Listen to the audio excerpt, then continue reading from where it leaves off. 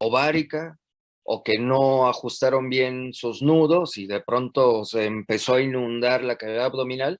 Situaciones como esas, aunque logren recuperar a la paciente, es decir, aunque logren controlar la hemorragia, esto puede simplemente predisponer a una situación de insuficiencia renal aguda. Ajá, que aunque la hemorragia masiva no haya matado a su paciente, pocos minutos después o probablemente horas, la paciente puede llegar a morir. Entonces son estos factores de riesgo como este, son muy graves y son situaciones que nos llevan con mucha facilidad a insuficiencia renal aguda. También situaciones de deshidratación, ¿verdad? Que es bastante frecuente. Ustedes hay situaciones que las podemos sentir incluso nosotros mismos, ¿no? Ustedes ven competencias deportivas, por ejemplo, los maratones, que son, la gente que compite ahí son atletas que sufren un enorme desgaste físico y que, bueno, a pesar de que hoy día en ese tipo de competiciones cuidan mucho a los atletas, probablemente algunos de ustedes ya han competido en un maratón, medio maratón o alguna carrera de ese tipo, aunque los cuiden, pues sí, el desgaste llega a ser tan excesivo, o las condiciones, ¿verdad? Climáticas, por ejemplo, llegan a ser tan deleterias que, bueno, sí hay atletas como estos que probablemente terminen la carrera, incluso quizás hasta puedan ganar, pero a las pocas horas o al día siguiente igual pueden ya hasta morir, ¿verdad? O ir a dar al hospital y de pronto no saben por qué y resulta que están sufriendo una situación de insuficiencia renal aguda. Realmente sí, son cuadros así agudos o hiperagudos que se llegan a presentar en situaciones como estas y que en nuestros pacientes pues, suceden con bastante frecuencia. Es decir, no es que compitan maratones, pero en situaciones patológicas o por descuido de sus propietarios o de nosotros mismos, pueden suceder estas cosas. Y bueno, ayer dábamos como ejemplo esto, ¿verdad? Que es uno de los más palpables durante protocolos anestésicos quirúrgicos. Es muy fácil que nosotros llevemos o hagamos caer a nuestro paciente en esta situación, es decir, una situación de insuficiencia renal aguda. A lo mejor el cirujano, el anestesista, se siente satisfecho, se siente contento porque su paciente salió vivo del quirófano. Y ups, al rato le vienen a llamar porque el paciente que ya está en la jaula o el paciente que se fue a casa y la dueña le está llamando por teléfono porque su perrito ya se murió. Ah, caray, pues ¿qué habrá pasado? Bueno, pues igual ayer nos comentaban un caso, ¿no? Que lastimosamente, pues sí murió durante el procedimiento. Pero hay otros bueno, pudo haber sido esta la situación, ¿verdad? Que sufrió ese paciente, entre pues muchas otras posibilidades. Pero a otros pacientes que la alcanzan a librar, que salen vivos del quirófano, a las pocas horas, probablemente a los pocos minutos, algunos llegan a morir.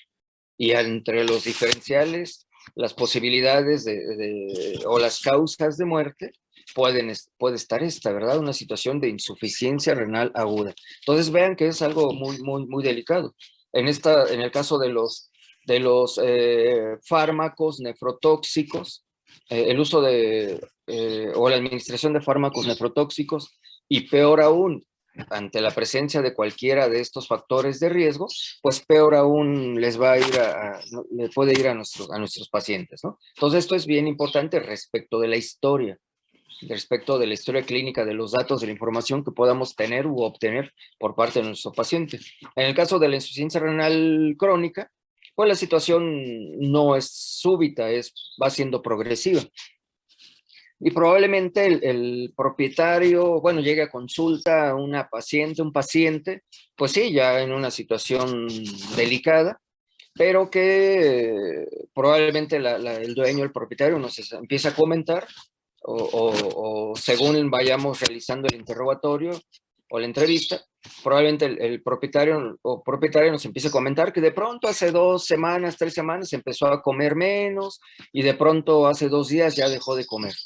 Y progresivamente también pues, el dueño se dio cuenta de que fue perdiendo peso, que lo vio más delgado, que lo fue notando, pues bueno, menos activo, se la pasaba echado y también fue notando que bueno, antes salía por lo menos a caminar o a correr brincotear un poco y ahora ya no quiere ni levantarse de su camita, ¿verdad? Y ahora nota que sus mucosas están pálidas o que ahora toma, eso sí, mucha agua, pero y orina muchísimo, más de lo normal.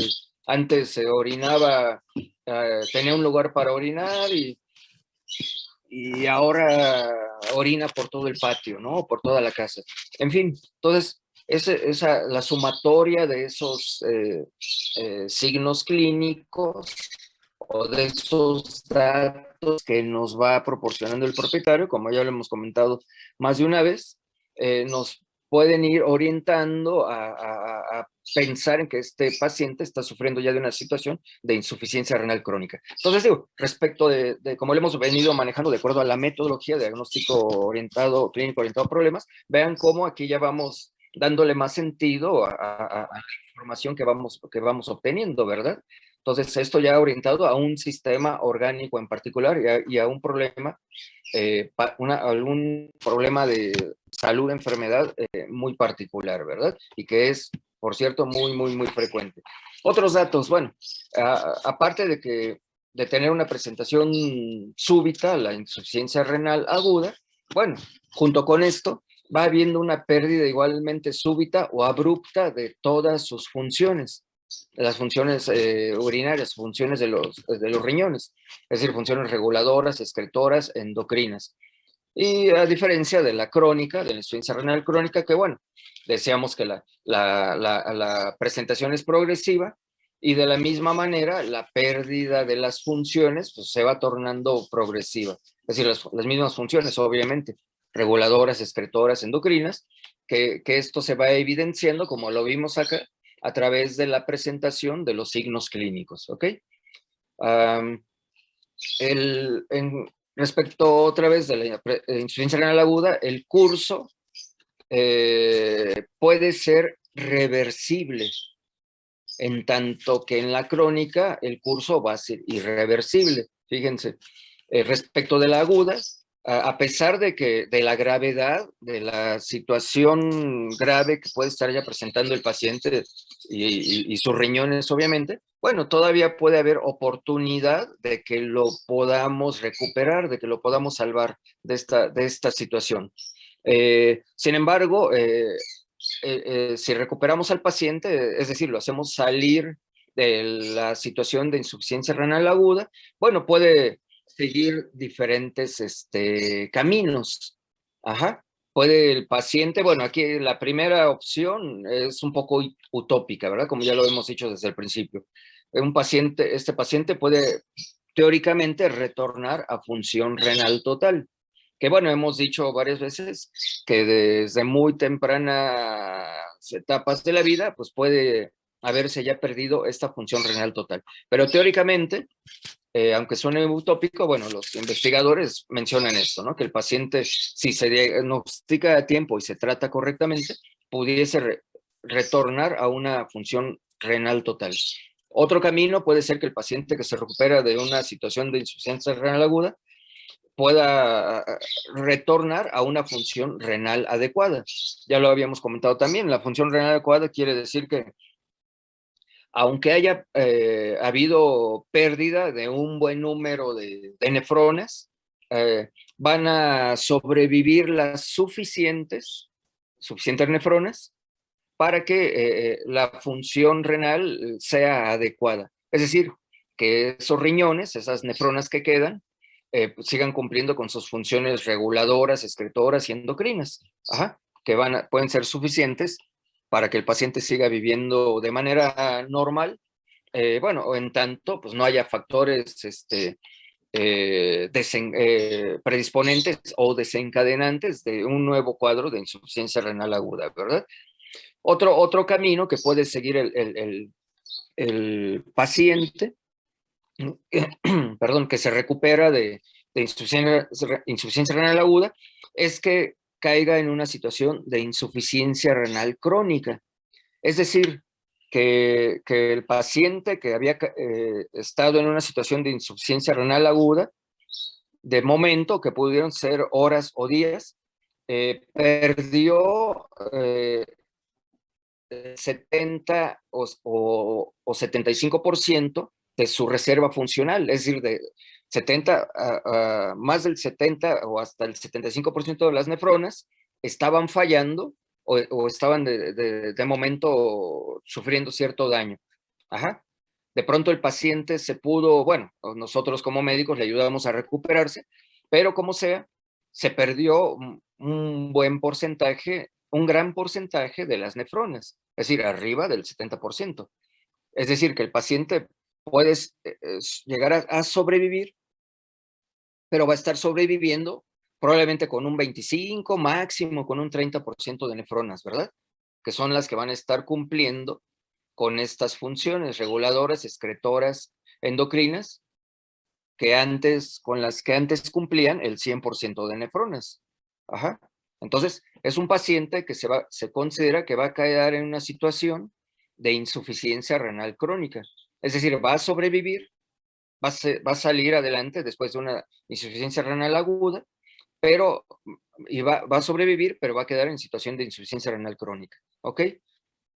Y habrá pacientes en donde probablemente la insuficiencia renal aguda fue tan grave o no se diagnosticó a tiempo, no se trató correctamente, que en poco tiempo pues, pueden llegar a morir, ¿verdad? Entonces, este es el curso, este es el camino que puede seguir, los diferentes caminos que puede seguir un paciente con insuficiencia renal, bueno, que llega a una situación de insuficiencia renal aguda. En tanto que en el paciente que sufre una situación de insuficiencia renal crónica, ya decíamos, el curso va a ser irreversible. Ajá. Una vez que el paciente se declara en insuficiencia renal crónica, como lo veíamos de este lado, es porque, bueno, ya perdió definitivamente más del 70% de las nefronas y ha estado sobreviviendo con un 25, con un 30% máximo de nefronas. Ajá. Que bueno, hay muchos pacientes que después de una situación de enfermedad que los condujo a esa situación de insuficiencia renal crónica, que como lo vimos ya de este lado, pudo haber sido una situación de insuficiencia renal aguda, ajá, entonces, si nada más queda con 25% de nefronas, bueno, es suficiente reserva funcional para que pueda sobrevivir todavía por semanas, meses o años incluso, ¿no? Dependiendo de cómo se le trate, de que cada cuando se le haga su check-up, en fin. Ajá. Sin embargo, habrá situaciones que esa reserva funcional se puede llegar a perder de pronto, de manera súbita. Ajá. Y ese paciente que había sobrevivido por meses o años en una situación de insuficiencia renal crónica, de pronto puede caer en una situación otra vez de insuficiencia renal aguda. Ajá. Y un paciente que estuvo en insuficiencia renal crónica y que pierde esa poca reserva funcional que le quedaba y cae ahora en una insuficiencia renal aguda, va a ser, ya no hay vuelta atrás. El paciente en pocos días u horas incluso puede llegar a morir. ¿Ok? Sí, sí queda claro esto.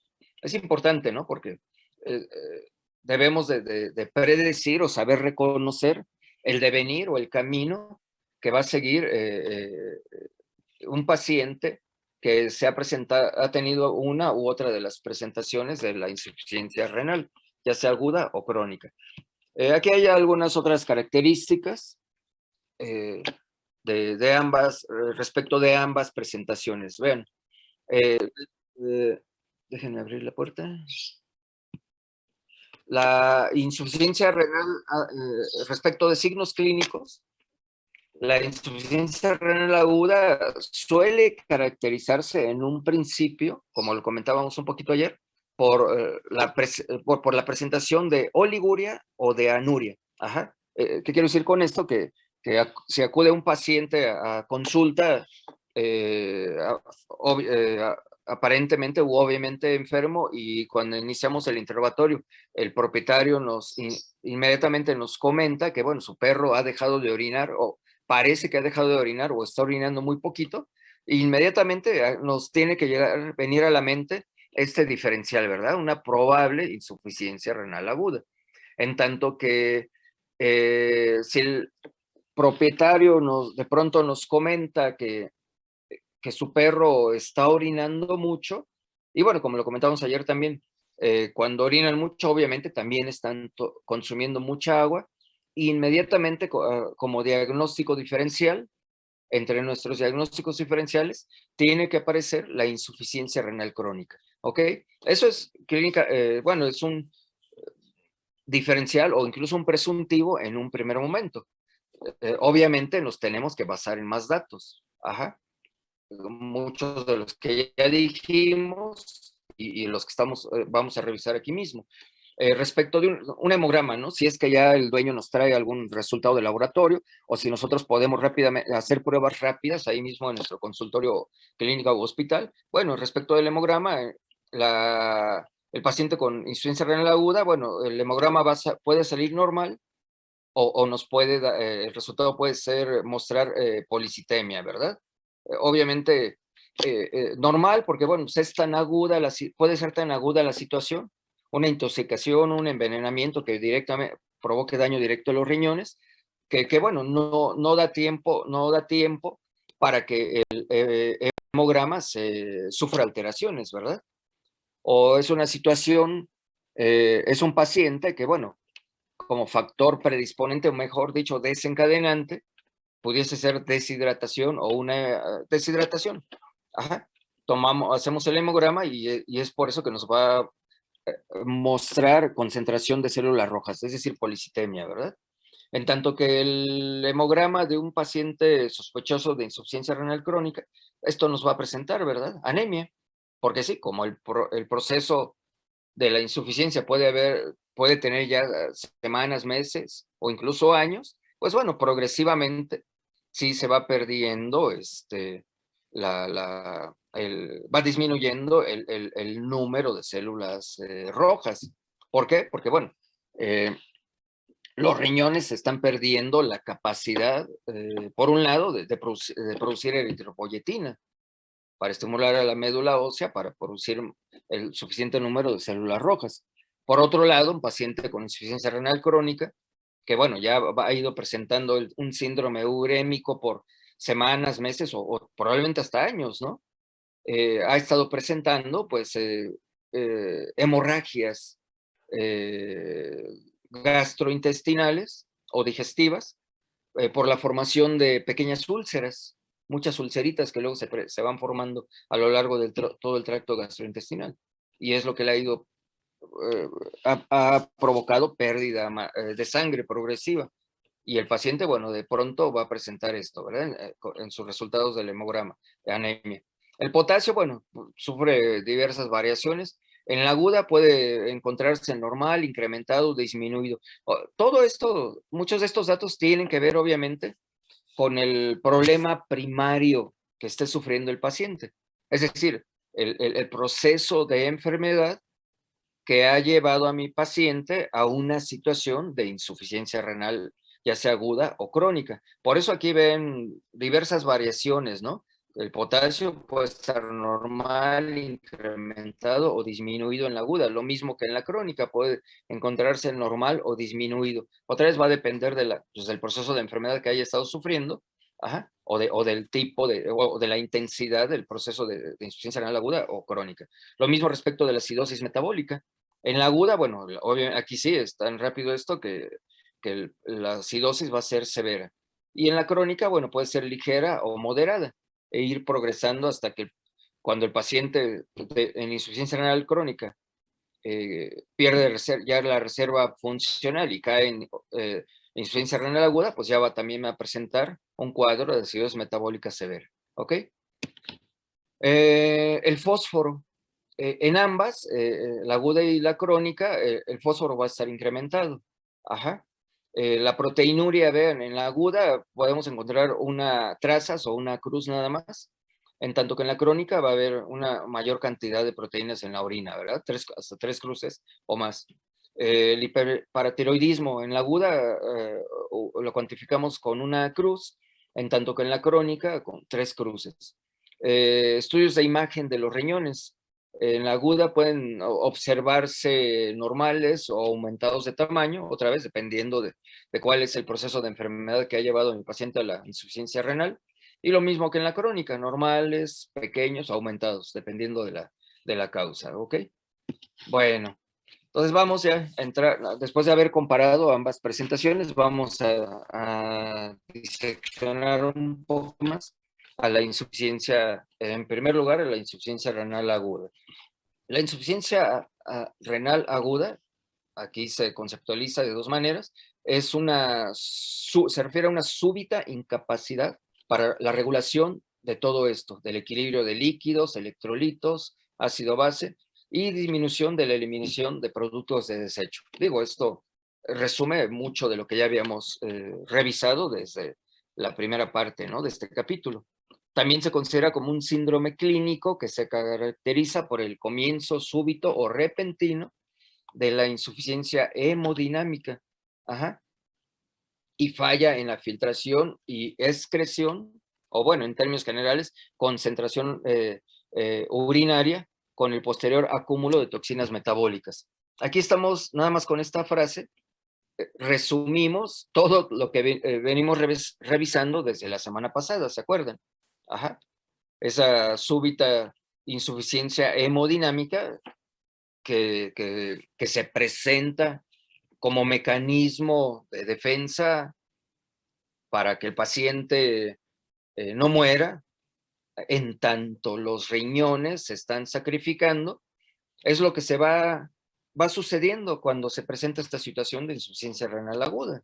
Ajá. Entonces, repito, nada más con esta frase estamos aquí resumiendo todo lo que hemos venido revisando hasta ayer. ¿Ok? Bueno, respecto de la etiología o causas de la insuficiencia renal aguda. Ya dijimos que esta insuficiencia, bueno, ambas, ¿no?, la aguda y la crónica, van a ser el resultado de cualquier proceso enfermedad o daño, ya sea primario o secundario. Ajá. Sin embargo, bueno, para su estudio y para su mejor comprensión, y estoy seguro que así lo han venido ustedes revisando desde sus primeras clases, en otras asignaturas, eh, solían, y también nosotros solemos clasificar las causas de la insuficiencia renal en las de origen prerrenal, las de origen renal o parenquimatoso directamente, o las de origen postrenal. Las primeras suelen tener su origen en situaciones de hipoperfusión. Ajá. Es decir, las causas de origen prerrenal, perdón, suelen tener su origen en situaciones de hipoperfusión. Y esta hipoperfusión obviamente va a estar provocada, como ya lo hemos venido discutiendo varias veces, por condiciones que provoquen a su vez hipovolemia y o hipotensión, ¿se acuerdan? Que ya lo hemos dicho muchas veces. Ajá.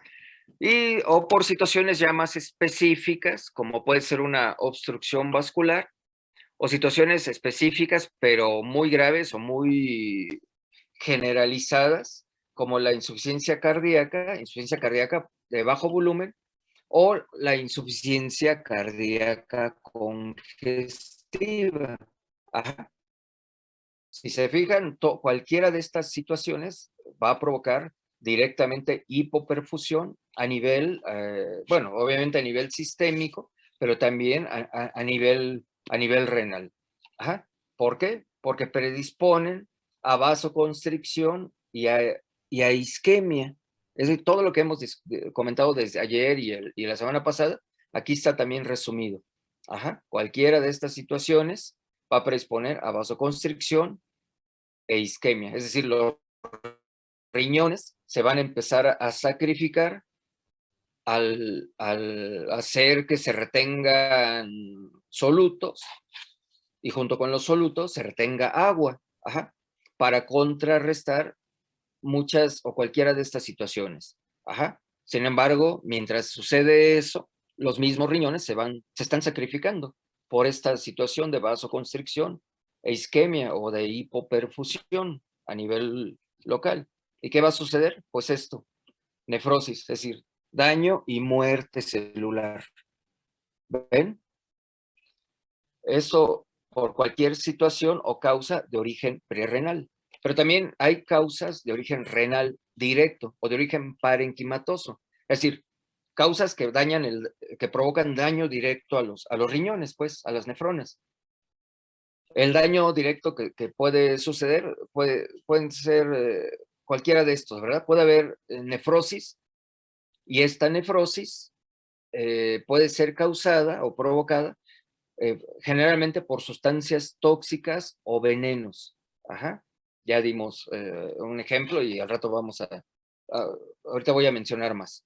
Entonces, la nefrosis o el daño directo a los riñones en forma primaria va a ser causado por sustancias tóxicas o venenos. En tanto que esta nefrosis, la de arriba, va a ser causada por condiciones secundarias, es decir, situaciones que en forma secundaria afectan también a los riñones, como son estas, ¿no? Secundario quiere decir que son provocadas en otros sistemas orgánicos. Aquí el proceso es primario, es decir, directo, el daño es directo a los riñones. También el daño puede ser nefritis, y las nefritis o inflamación, dicho de otro modo, pues generalmente suelen ser causadas por infección, por procesos infecciosos, ¿sale? Y una última, bueno, daño renal directo, o sea, causas de daño renal directo, pues es la insuficiencia renal crónica, ¿verdad? Que bueno, obviamente ya lo hemos dicho previamente, esta insuficiencia renal crónica puede haber sido el resultado de cualquier proceso de enfermedad en donde el paciente se recuperó y quedó con estas secuelas. Ajá. Y esta insuficiencia renal crónica muy fácilmente al perderse por alguna otra razón la reserva funcional, pues va a hacer caer al paciente en insuficiencia renal aguda y el paciente aquí sí va a morir muy rápidamente. De las causas de origen post-renal, la mayoría suelen ser, si no es que todas, de origen obstructivo. Y aquí tenemos las dos más importantes, de las cuales nos van a hablar el próximo jueves. La primera son las urolitiasis, es decir, formación de piedras o de cálculos, asociado esto al acúmulo excesivo de ciertos cristales que van a formar parte de la matriz de estas piedras o urolitos, ¿verdad? Y que van a provocar la obstrucción. Y otro causa frecuente, más exclusiva, que la primera puede ser en perros y en gatos, y la segunda es una situación más exclusiva de los gatos, ¿verdad? La enfermedad obstructiva del tracto urinario inferior de los gatos, que también nos van a hacer favor de compartirnos el próximo jueves. Aquí le pongo FUS. No sé si ahí déjenme acuerdo, ¿dónde estás?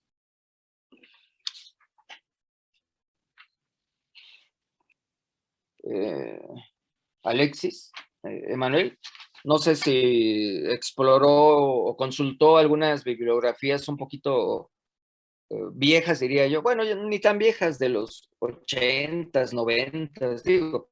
A lo mejor para ustedes ya empiezan a ser viejas, ¿verdad?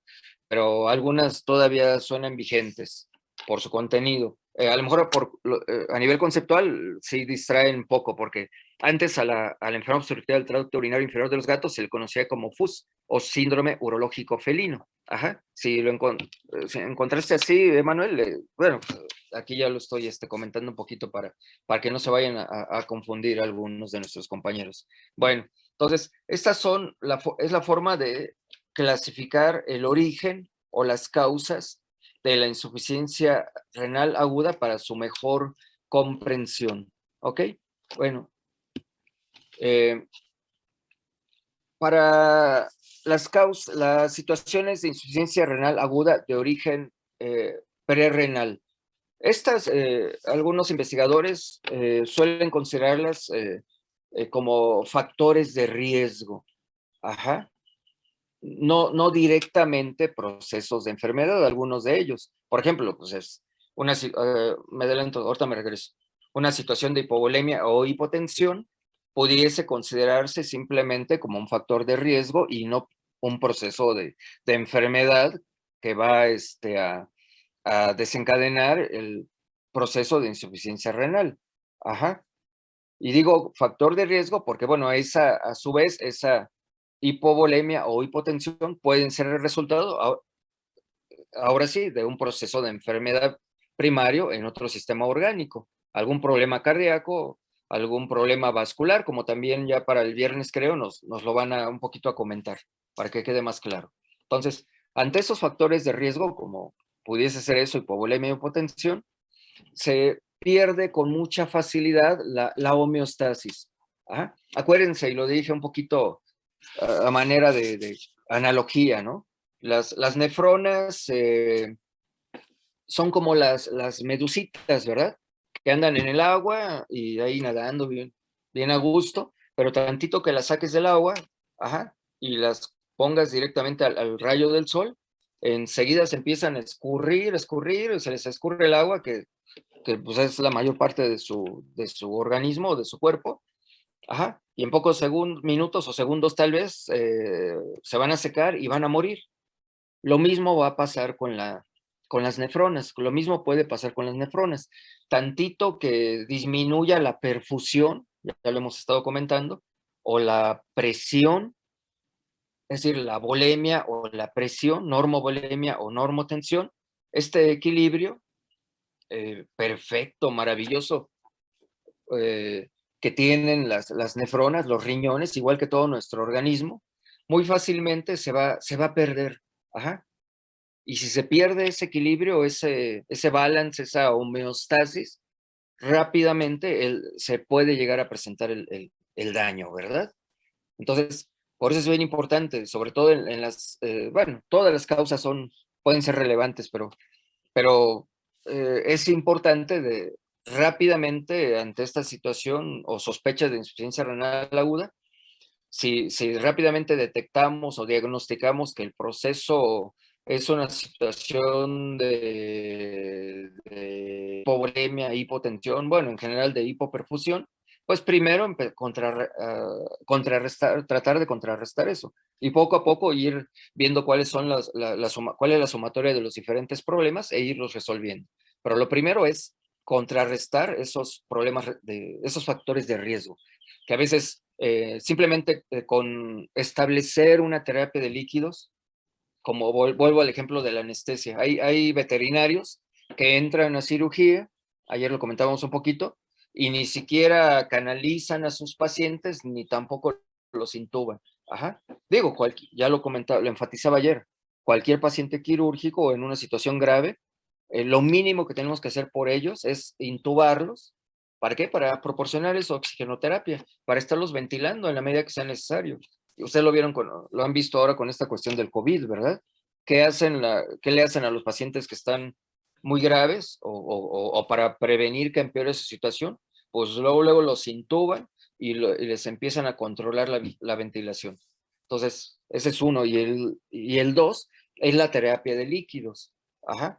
La terapia de líquidos no es nada más para, como muchos le hacen, ¿no? Para incrementar el presupuesto y cobrarles 500, 1000 o 1500 más pesos al propietario, ¿verdad? Digo, eso suena nefasto, pero mucha gente de verdad que lo hace.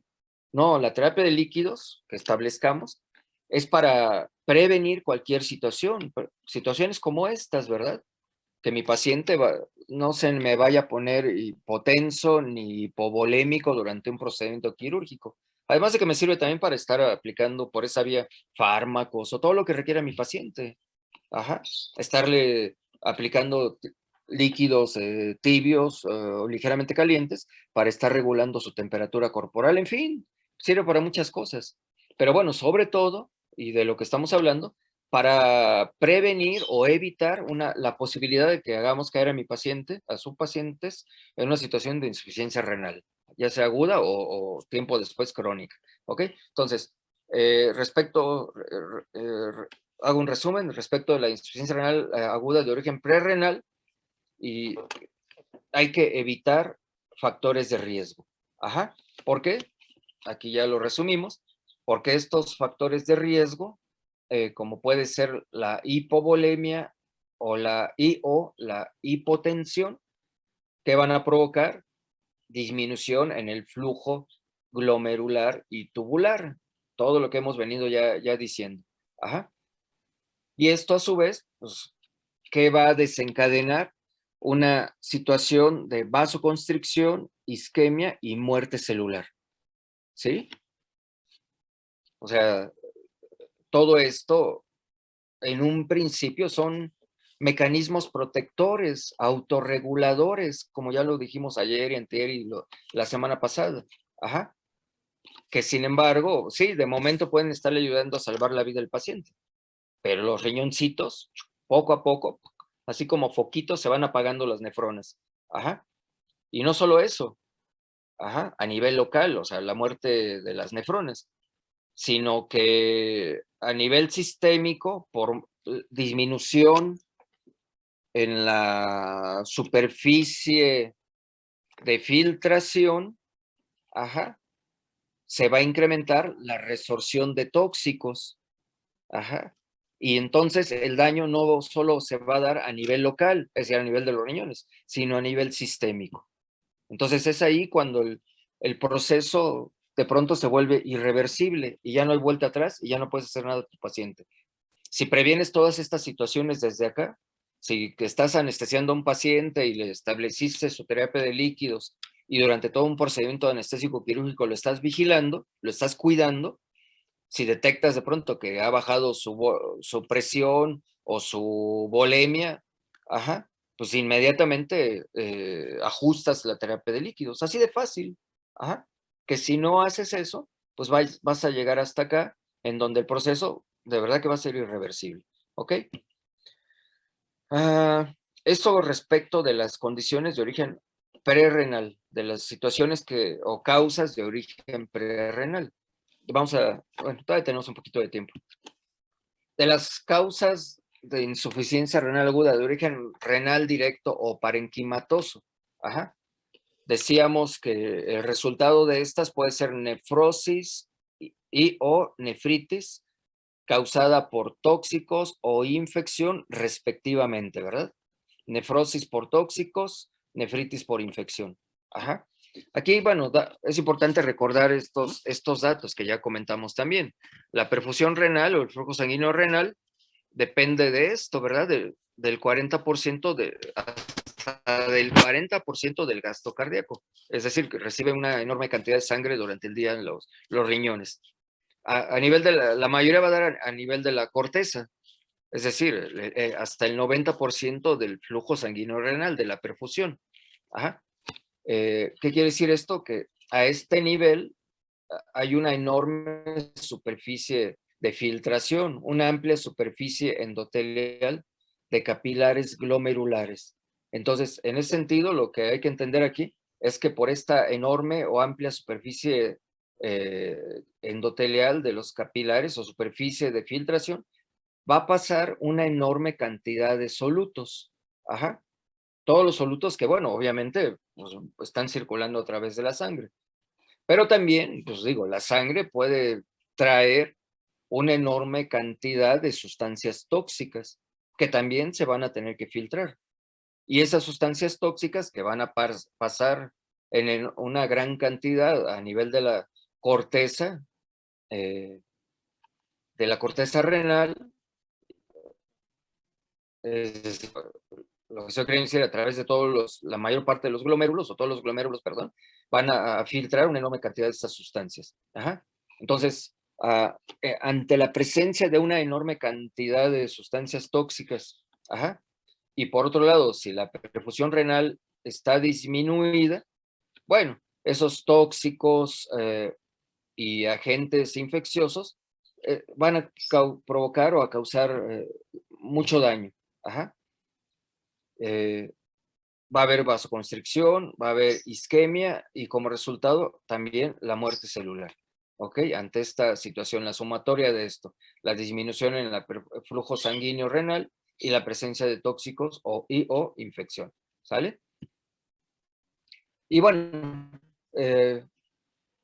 diseccionando un poquito a la nefrona, bueno, las sustancias tóxicas a nivel del glomérulo van a provocar pues un daño directo, ya pues lo acabamos de comentar.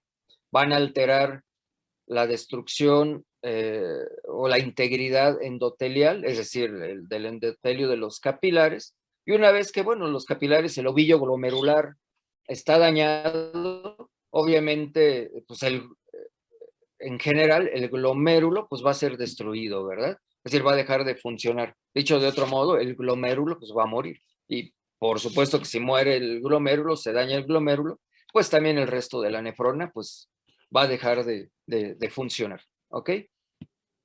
A nivel tubular, vean las sustancias tóxicas, todo lo que van a provocar. Daño a la membrana celular, daño o alteración en los sistemas de transporte. ¿Se acuerdan de los diferentes sistemas de transporte que mencionamos? Transporte activo, transporte activo, primario, secundario, en fin. Estos se van a dañar.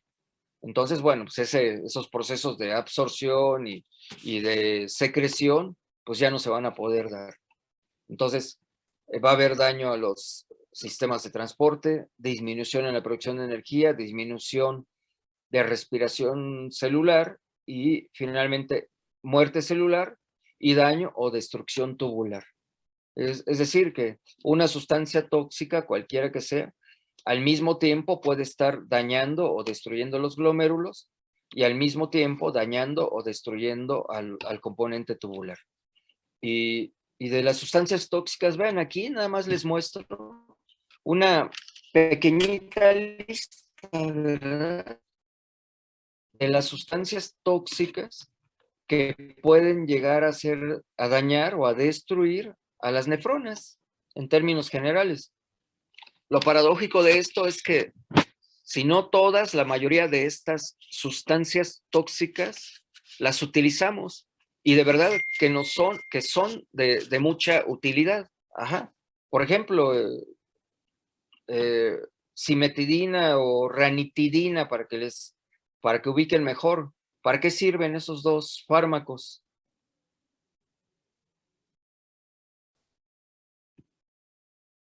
¿Cassandra?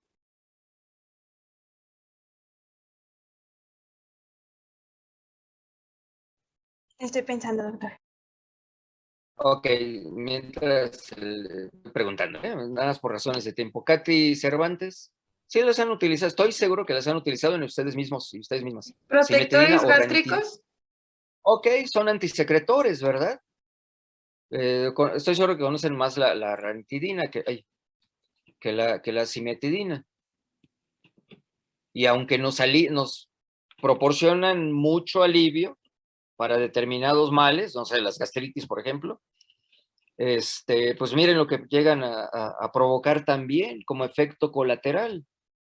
Pueden dañar a los riñones, pueden dañar a las nefronas. Lo mismo que los aminoglicósidos, las cefalosporinas, la polimixina, sulfonamidas, las sulfas, tetraciclinas. Vean, todos estos los conocen y los usamos o los van a utilizar. Y vean todo lo que pueden llegar a causar. Penicilinas, bueno, ahorita que están, bueno, no digo de moda, se están usando antivirales por ciertas razones que todos conocemos. Otros fármacos como el cisplatino, doxorubicina, metrotexate, ¿qué son estos tres que acabo de mencionar? Eh, Ale Velasco.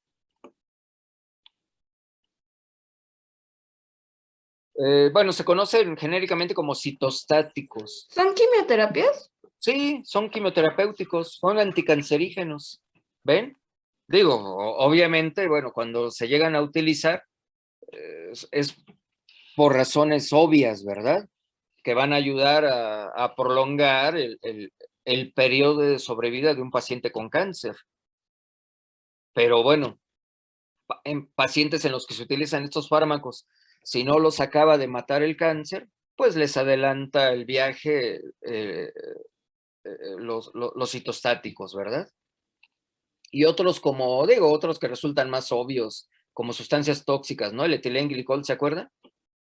Es el típico ejemplo del libro. ¿Qué es el etilenglicol? También ustedes lo utilizan diario, diario. Es anticongelante, ¿no? Es el anticongelante, ¿verdad? O sea, lo utilizamos en los carros, no sé si también en algunos sistemas de enfriamiento, de aire acondicionado, en fin. Pero bueno, pues es un veneno bien poderoso sobre todo para los perros, que son los que lo llegan a consumir. Pero bueno, hay muchos otros, por ejemplo, el captopril, enalapril, ¿saben qué son estos dos? Se usan mucho. Pregúntenle a su abuelita o a su abuelito. Por ahí lo han de tener en su cajón, estoy seguro. O alguien Son lo... para alergias, ¿no? No, ¿No? no. Hipertensión. Ajá, son vasodilatadores, ayudan a controlar o a regular la hipertensión, fíjense. Por eso digo, y hemos hablado un poquitito hemos mencionado a la hipertensión como uno de los mayores males de esta época, ¿verdad? Y que muchas personas lo están sufriendo ya, y que ojalá que no les vaya a tocar también a ustedes, por eso se deben de cuidar. Pero bueno, son fármacos que nos ayudan mucho, pero al mismo tiempo pueden acabar siendo sustancias tóxicas. Y en fin, hay muchos, vean la lista, es enorme, pero hay muchos más. Muchas, digo, hay sustancias que pudiesen parecer inocuas, ¿verdad? Como mucho de lo que consumimos, incluso en los alimentos, lo comentamos, como los aditivos, ¿verdad? Tarde o temprano algunos aditivos pueden ir dañando progresivamente a las nefronas. Si no en forma aguda para provocar insuficiencia renal aguda, probablemente sí en forma crónica para desencadenar tarde o temprano una situación de insuficiencia renal crónica o para que ésta se manifieste, ¿verdad? Entonces esto es bien importante que lo tengamos presente. Cualquiera de estas sustancias o muchas otras más van a provocar un daño directo a los túbulos renales o a los glomérulos o a ambos y van a hacer que la nefrona en lo general deje de funcionar, ¿verdad? Aquí nada más como ejemplo, vean, también el uso simultáneo de fármacos nefrotóxicos, pues van a provocar el mismo daño. En veterinaria es muy frecuente, digo, muchos laboratorios promocionan productos comerciales que contienen diferentes principios activos, que un antibiótico, que un desinflamatorio, que un analgésico, que un esteroide, que un no sé qué. Tremendas bombas, digo, yo ya no lo veo mucho hoy día en las fármacos que se utilizan en pequeñas especies, que sí los hay, ¿eh? Los veo todavía muchos. Vean el Vademecum, revisen el Vademecum, el PLM, de los que se prescriben para grandes especies que tienen varios principios activos. Entonces digo, de pronto hay buenas sinergias, son de mucha utilidad para controlar, sobre todo enfermedades en poblaciones, ¿no? De animales que se manejan por poblaciones. Pero bueno, tarde o temprano en algunos de ellos pueden llegar a causarles daño, ¿no? Aquí hay un ejemplo, ¿no? Que aunque, bueno, muchos no los usamos de manera simultánea, pero hay gente que sí lo hace. Por ejemplo, los furosemida, hay quien utiliza furosemida y gentamicina al mismo tiempo. Ajá. Que si usamos esta combinación ante la presencia de factores predisponentes o desencadenantes como es la hipovolemia, ajá, por lo que quieran, por deshidratación, por, por hemorragia, lo que sea. Ajá. Esto va a provocar que los fármacos, que la concentración de estos fármacos, sobre todo la gentamicina, se incremente y sobre todo que se acumule a nivel intracelular. Y obviamente la gentamicina es muy tóxica, es nefrotóxica. Entonces, vamos a causar mayor daño. Y sobre todo, bueno, si está alterado el sistema medular de contracorriente, ¿se acuerdan que lo mencionamos? Es decir, que va a servir para incrementar la osmolaridad. Entonces, bueno, no solo se incrementa la osmolaridad por por la mayor concentración de sodio, de cloro o de urea, sino también este sistema medular de contracorriente puede provocar que haya mayor concentración de tóxicos a nivel tubular, ajá, y esto pues obviamente va a hacer que se dañe con mayor rapidez este componente, ¿no? En fin, vean, es importante que sepamos todo esto para evitar, para que nosotros mismos no le vayamos a causar mayor daño a nuestros pacientes. Bueno, quería terminar con esta parte hoy, pero bueno, como les dije al principio, sí, aunque no fue a las 12 la reunión en posgrado, bueno, con mis compañeros de posgrado, va a ser a la 1, bueno, ya es la 1:05. Entonces sí los voy a tener que dejar en este momento y continuamos el próximo jueves. El próximo jueves iniciamos nuestro ciclo de conferencias, bueno, la presentación de sus trabajos, que yo les doy ese nivel, ¿verdad? A ustedes de conferenciantes para que se la vayan creyendo desde ahorita, para que los que les toque el jueves vengan bien preparados y lo mismo el viernes y así sucesivamente. El jueves empiezo yo para continuar con esto y por lo menos de las 11 a las 12, hasta las 12, y ya luego les empiezo a ceder el micrófono a sus compañeros, ¿va? ¿Hay alguna pregunta de lo que vimos hasta hoy? No, Doc. No, doctor, ninguna. Revisen, traten de revisar todo esto que vimos hoy, que pueden leer un poquito más incluso, como les recomendé ayer, porque yo digo, es padrísimo, esto no solo es importante e interesante, sino pues es emocionante, la verdad, todo esto es bien emocionante, ¿no? Entenderlo bien, comprenderlo bien. Van a ver que cuando le van encontrando sentido, uno empieza a buscar más y más y más. Y bueno, pues esto, el resultado final va a ser que ustedes van a ser mejores, de los mejores, ¿no? Bueno, cuídense mucho y mañana continuamos. Buenas tardes. Buena tarde, doctor. Gracias, igualmente, buenas Que estén tardes. muy bien, que estén muy bien.